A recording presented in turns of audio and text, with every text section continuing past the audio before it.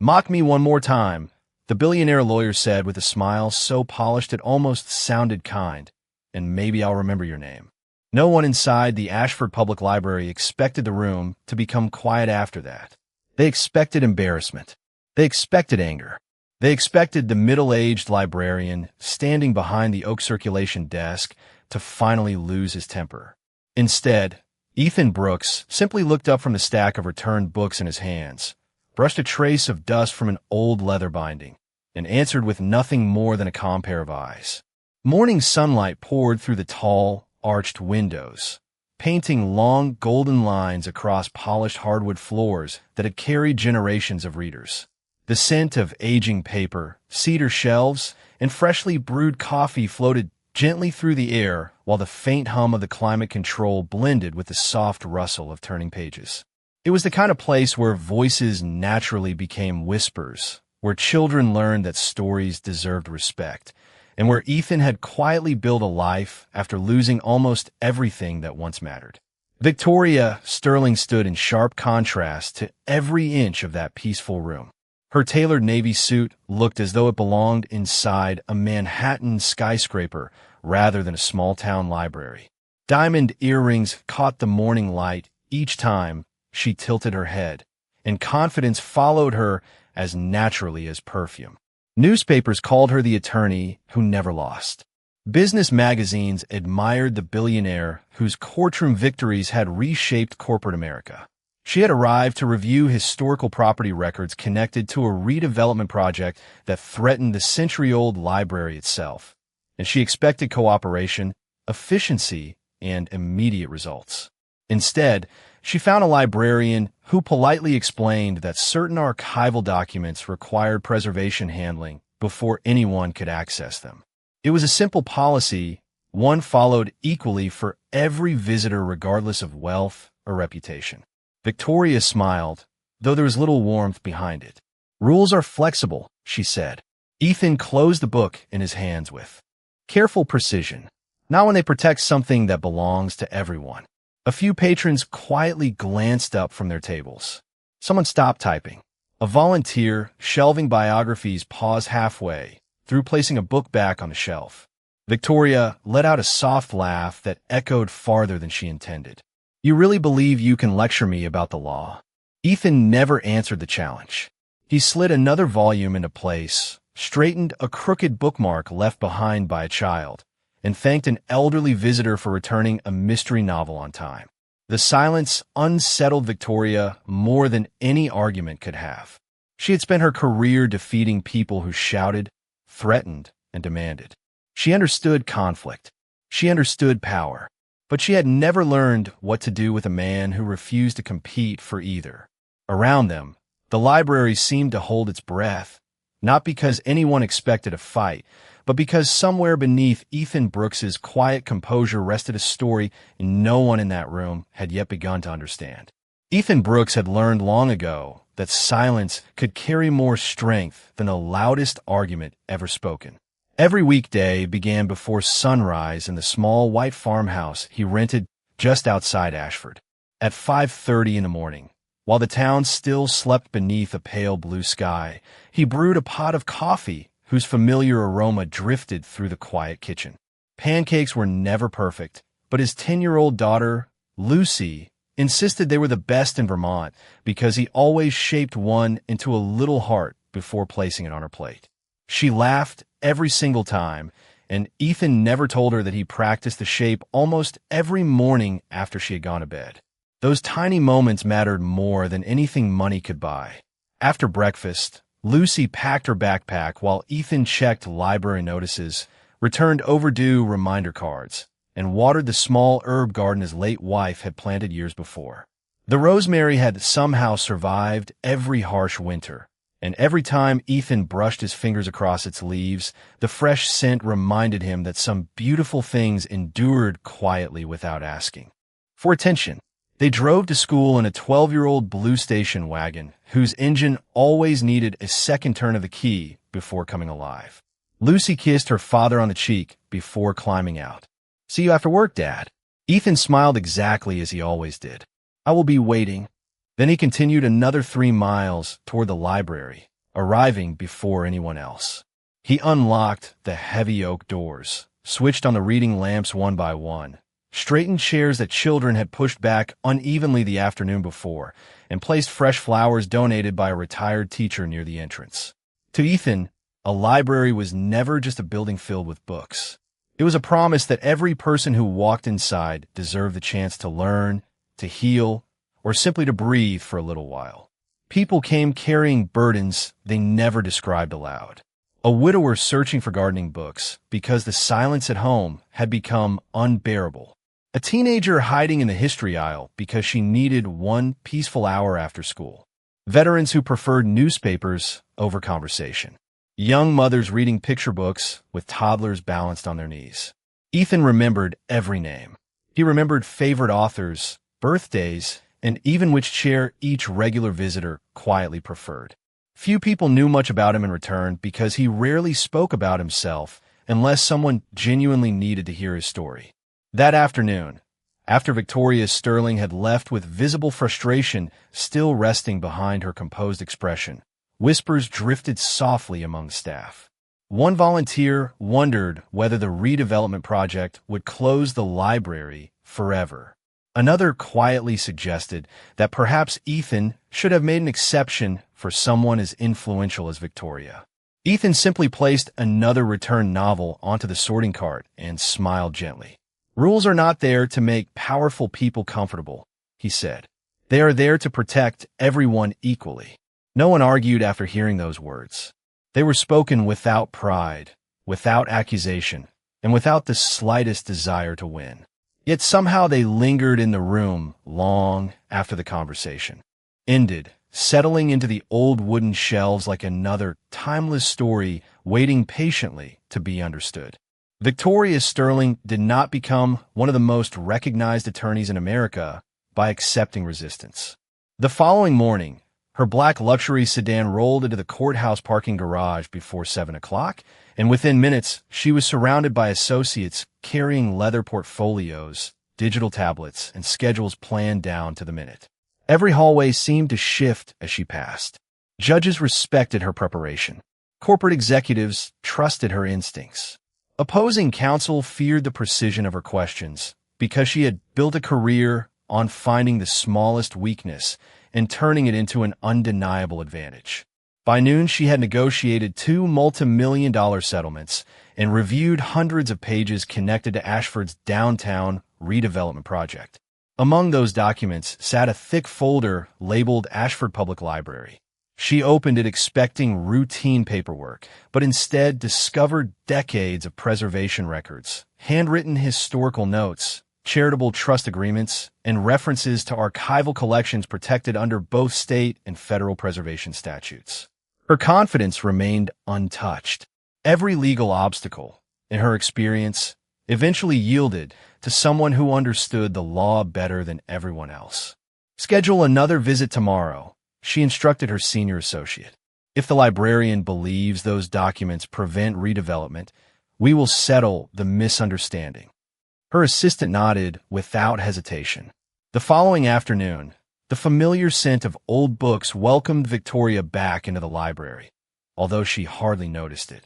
Ethan Brooks was carefully helping an elementary school class choose books for their summer reading challenge.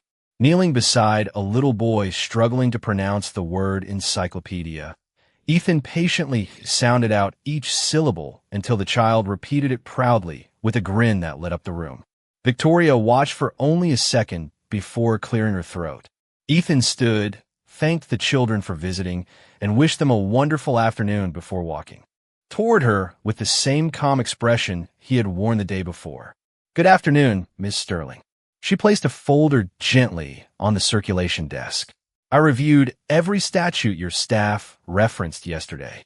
Ethan glanced politely at the neatly organized documents, but did not reach for them. "I expected you would." She folded her hands. "Then you also know those preservation claims can be challenged." Ethan nodded once. "Some can." Victoria noticed he had not argued. "So you admit the project can move forward." Ethan looked toward the stained glass window above the reading room, where afternoon sunlight painted soft colors across the floor. Only if every legal condition protecting this library has been satisfied. She smiled with quiet confidence. And you believe they have not? Ethan answered just as gently. Belief has very little to do with law. Evidence does. The conversation lasted less than 5 minutes, yet something about it unsettled Victoria. He never interrupted. He never tried to impress her. He never used complicated language to sound intelligent. Every answer was measured, thoughtful, and unexpectedly precise. When she quoted a section from state preservation regulations, Ethan calmly responded by mentioning an older amendment that required historical intent to be considered alongside economic development. He offered no citation number, no dramatic flourish, only a simple observation delivered as naturally as recommending a good novel. Victoria paused for the first time. It was brief, almost invisible, but enough for one of her associates to glance sideways in surprise.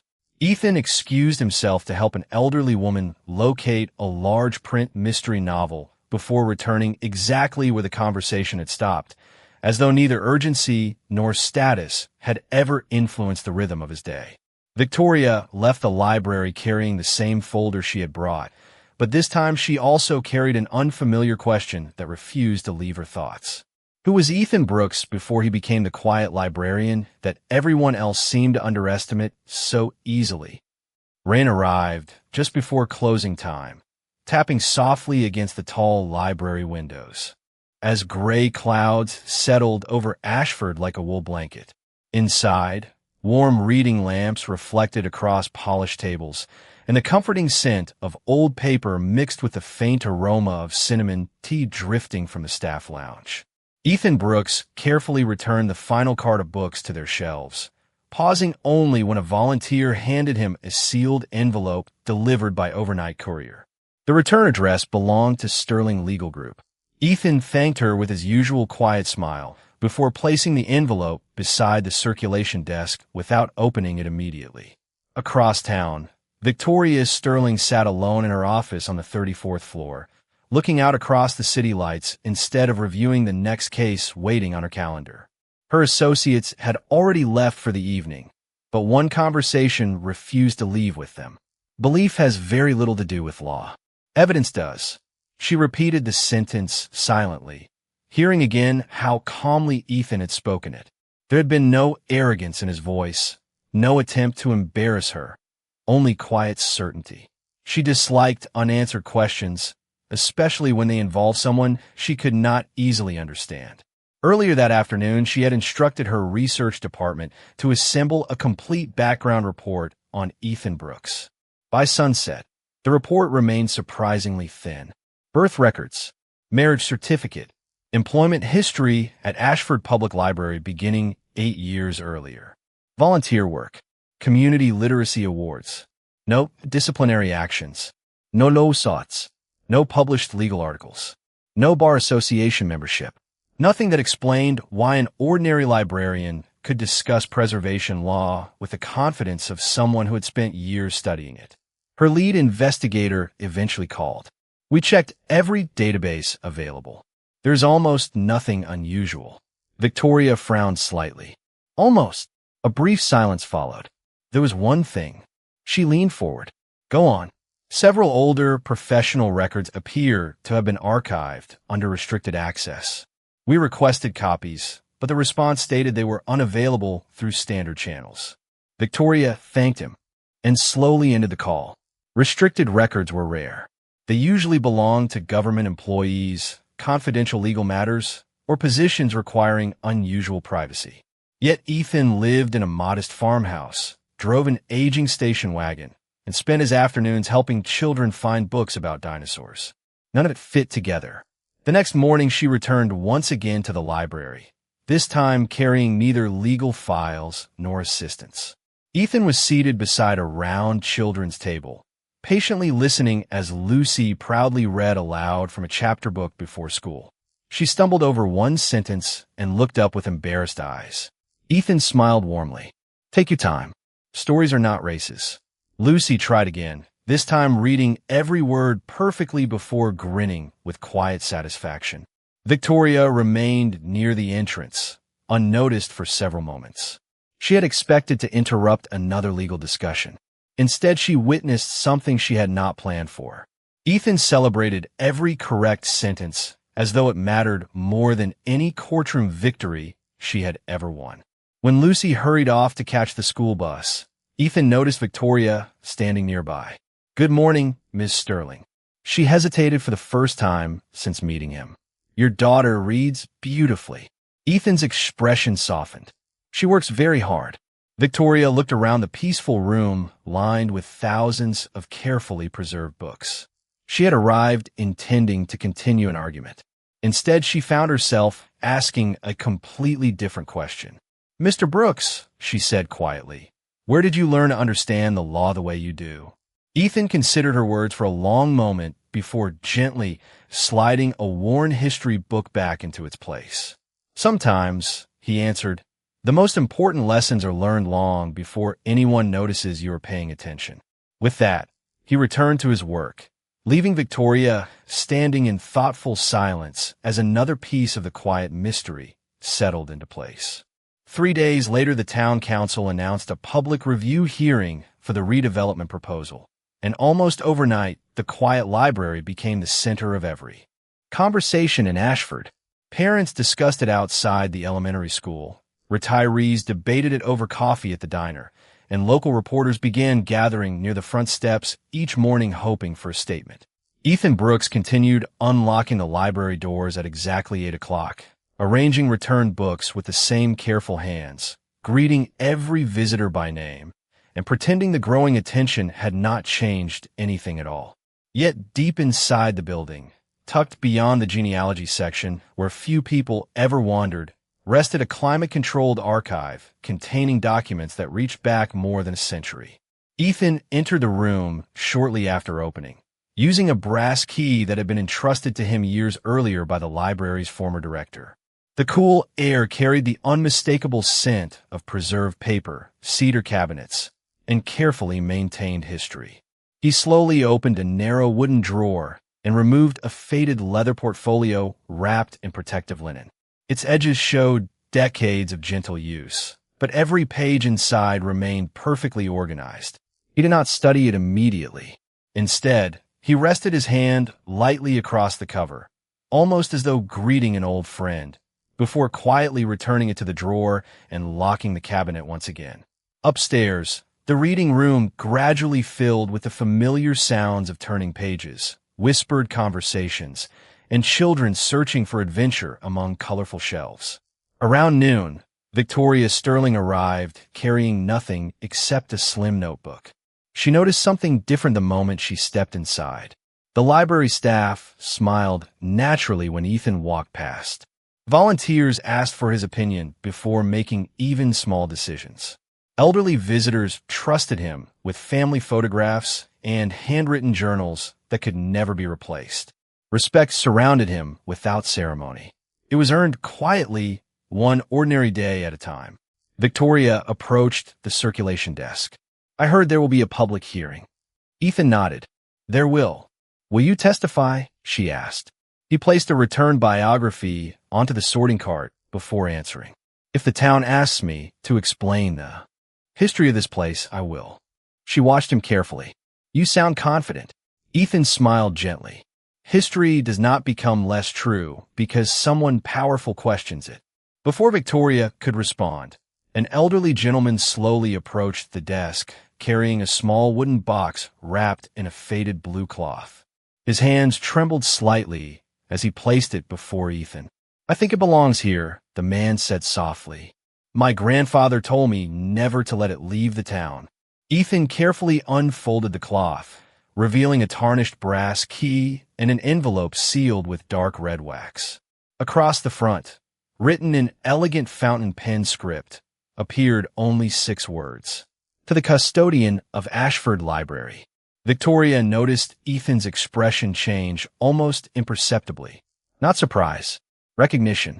He thanked the gentleman with sincere warmth and carried both items toward the archive without opening either one. Curiosity overcame restraint. "You knew that was coming," Victoria said quietly after he returned. Ethan looked toward the tall shelves surrounding them. I knew one day someone would bring it back. What is inside? She asked. Ethan considered the question before answering with his usual calm honesty. Something that has been waiting many years for the right moment. He offered nothing more. Yet, as afternoon sunlight filtered through stained glass, casting soft colors across the polished floor, Victoria found herself no longer thinking about winning a redevelopment case. For the first time in her remarkable career, she realized she was standing at the edge of a story that had begun long before either of them had walked through the library doors, and every quiet answer Ethan gave only made the mystery feel deeper. The evening before the public hearing, a steady rain settled over Ashford, washing the brick streets until they reflected the glow of old street lamps like ribbons of gold. Inside the library, only a handful of reading lamps remained lit. Most visitors had already gone home, leaving behind a peaceful silence broken only by the occasional creak of the century-old wooden floor and the gentle ticking of the antique clock above the reference desk. Ethan Brooks finished locking the return box outside before walking back into the archive, carrying the small brass key and the sealed envelope that had been entrusted to him. This time he unlocked the cedar cabinet once more, placed the brass key beside the faded leather portfolio, and carefully opened the envelope. Inside rested a single handwritten letter along with an original property map drawn nearly 100 years earlier. Ethan read every line without changing expression, then quietly folded the documents and returned them to their protective sleeve. He whispered only 4 words into the empty room. It is finally time. Early the next morning, the town hall filled far beyond its normal capacity. Folding chairs lined every aisle, television cameras waited near the back wall, and local residents filled every available seat. Some feared losing the library forever. Others believed redevelopment would bring new jobs and investment. At the front of the room sat the Planning Commission, several council members, and attorneys representing both sides of the proposal. Victoria Sterling organized her files with practiced precision, every document marked by color-coded tabs that reflected years of courtroom discipline.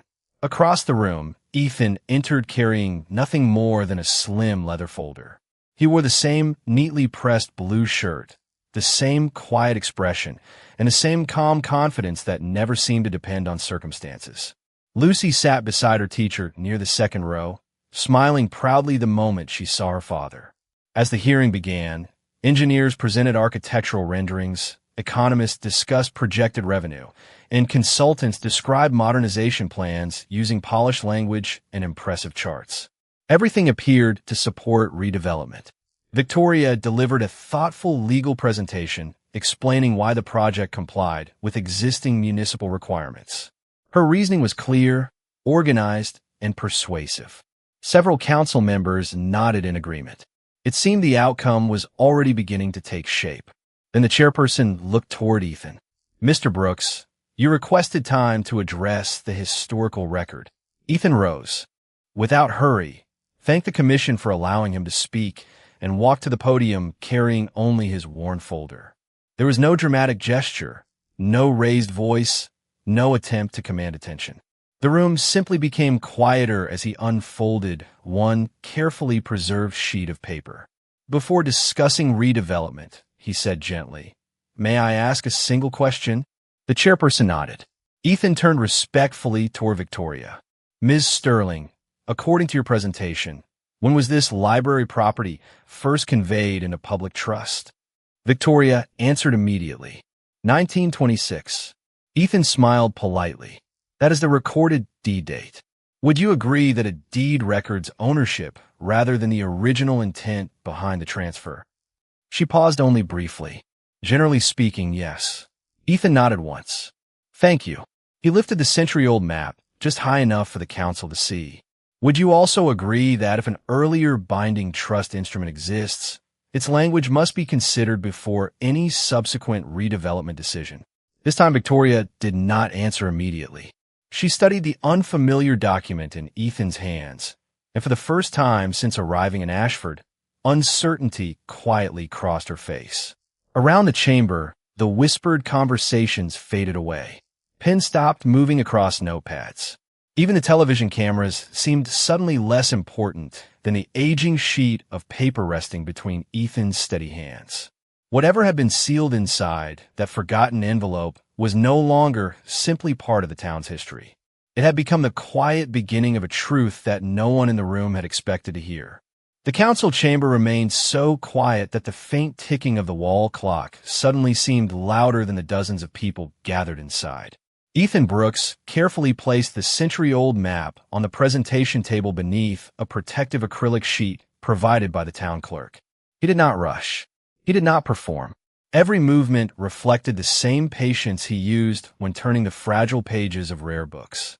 Sunlight filtered through the tall courthouse windows, illuminating faded ink that had survived generations. Ethan looked toward Victoria Sterling with genuine respect. "May I ask another question?" She nodded, still studying the document. "Of course." Ethan spoke softly. "When a charitable trust establishes a permanent public purpose, can later commercial interests remove that purpose without satisfying the original conditions?" Victoria answered carefully this time. "Only if the trust language allows it or if a court authorizes a lawful modification." Ethan inclined his head. "Thank you." He unfolded the handwritten letter found inside the sealed envelope. The paper had yellowed with age, but the script remained remarkably clear. This letter was written by Eleanor Ashford, whose family donated the land before the recorded deed was filed. It accompanied the original survey map and remained sealed until the custodian believed the founding purpose of the library faced permanent change. Several council members leaned forward. Ethan continued reading without drama. "This library shall forever remain a house of learning open to every resident, regardless of wealth, profession, or social standing. Should any future generation seek another use for this land, they must first prove that equal public access to knowledge will not be diminished." Ethan lowered the letter and looked toward the commission. The recorded deed references this founding declaration, but the declaration itself was misplaced decades ago. Without it, the original intent appears incomplete. Victoria immediately opened one of her legal binders, flipping carefully through copies of archived deeds. Her confident rhythm slowed. Page after page confirmed exactly what Ethan had said. A notation referenced an attached declaration that no longer existed in the public file. She quietly closed the binder. Ethan never smiled in triumph. Instead, he turned toward Victoria again.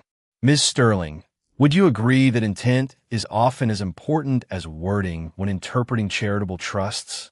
She met his eyes. There was no mockery left in hers, only concentration. "Yes," she answered honestly.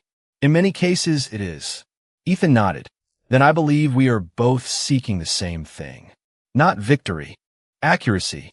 Those 4 words settled over the chamber with unexpected weight. A reporter slowly lowered his camera. One council member removed his reading glasses and quietly reread the copied documents before him. Even the developers sitting behind Victoria exchanged uncertain glances. The conversation had shifted completely. It was no longer about personalities, reputations, or expensive legal teams. It had become a search for truth. The chairperson cleared his throat gently. "Ms. Sterling, have you reviewed this declaration before today?" Victoria answered without hesitation. "No, Madame Chair, I have not, and I cannot responsibly dismiss its legal significance without further examination." Her associates looked at her in surprise, but she continued calmly. "The newly presented evidence deserves independent authentication."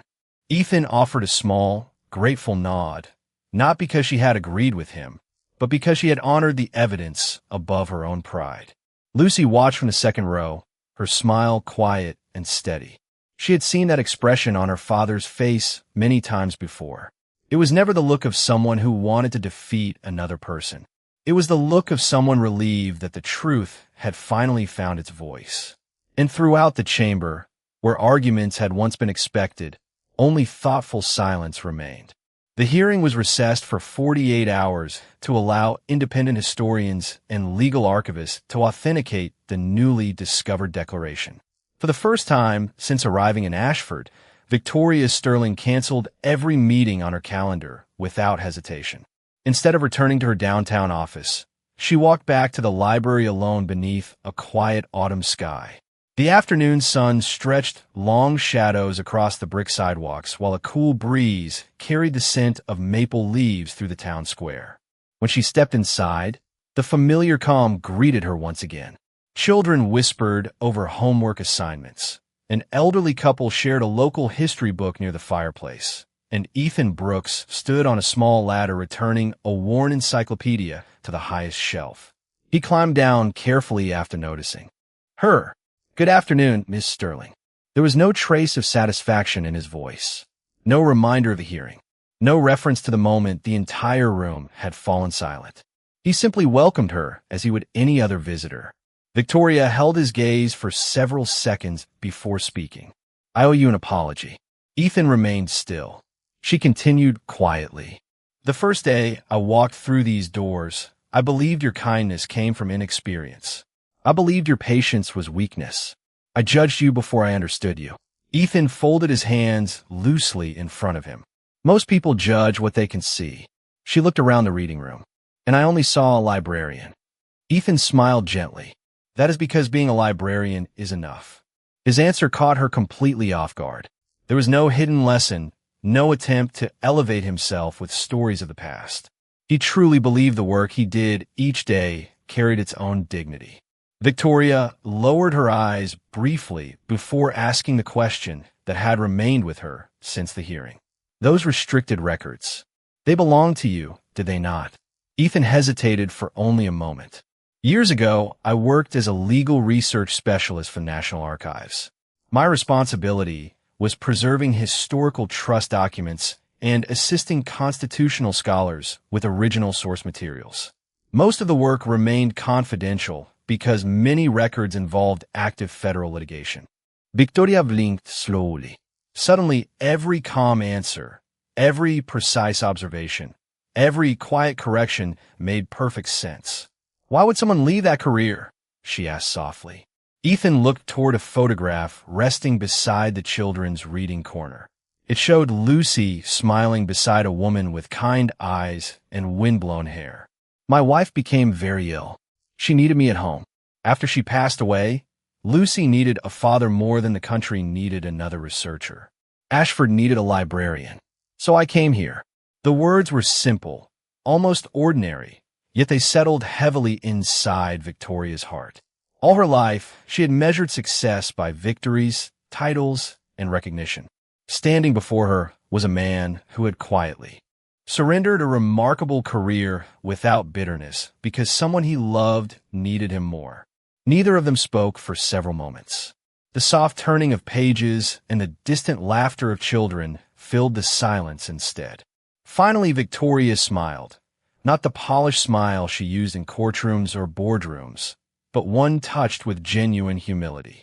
"I have won many cases," she admitted, "but I'm beginning to think I have misunderstood what winning really means." Ethan picked up another returned book and gently placed it onto the sorting cart. "The best victories," he said, "leave everyone with something worth keeping." Victoria nodded slowly, and for the first time in many years, she walked through the library not as the most powerful person in the room, but as someone grateful to have learned a lesson that no law school had ever taught. 2 days later, the council chamber welcomed the town once again, but the atmosphere had changed completely. Independent archivists had verified every page of the recovered declaration, confirming that Eleanor Ashford's original intent carried legal weight that could not be ignored. The redevelopment proposal was officially withdrawn and replaced with a new preservation agreement that protected the library while allowing thoughtful improvements around it without diminishing public access.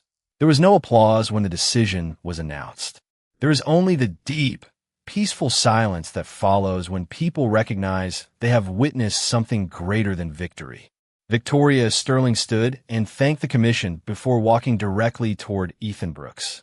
Every camera in the room quietly turned in her direction, expecting another legal statement. Instead, she extended her hand. "Mr. Brooks," she said with sincere humility, "thank you for protecting more than a building. You protected the promise that created it." Ethan accepted her handshake with the same gentle smile he had worn from the beginning. It belonged to all of us, he replied. I simply remembered where to look. Reporters hurried forward with questions, but neither of them rushed to answer. Outside, autumn leaves drifted across the courthouse steps as families gathered beneath clear blue skies. Lucy ran toward her father, wrapping both arms around his waist before looking up with bright eyes. I knew you would help them understand, she whispered. Ethan rested a hand lightly on her shoulder. The truth helped them understand. A week later, the library reopened after several small restoration projects funded by a new community preservation partnership. To everyone's surprise, the largest private contribution came from the Sterling Foundation. Victoria requested only one condition. No room, plaque, or program would carry her name. Instead, the donation established free literacy workshops, historical preservation classes, and scholarships for students pursuing library science and archival studies.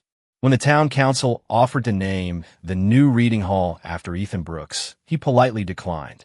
Name it after Eleanor Ashford, he suggested. Without her vision, none of us would be standing here today. The council unanimously agreed. Winter arrived quietly over the following months. Snow settled across the library roof while warm light glowed through its tall windows each evening. Inside, children gathered around story circles. High school students prepared for college entrance exams.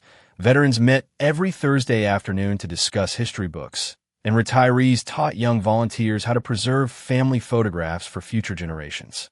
One snowy afternoon, Victoria entered carrying a simple canvas tote instead of a leather briefcase. She checked out 3 history books and a classic American novel before thanking the volunteer at the front desk. Ethan was helping a young boy locate a biography about Abraham Lincoln. Their eyes met only briefly across the reading room. No words were necessary. Mutual respect had replaced every misunderstanding. As Victoria stepped outside, she paused for a moment to look back through the frosted windows.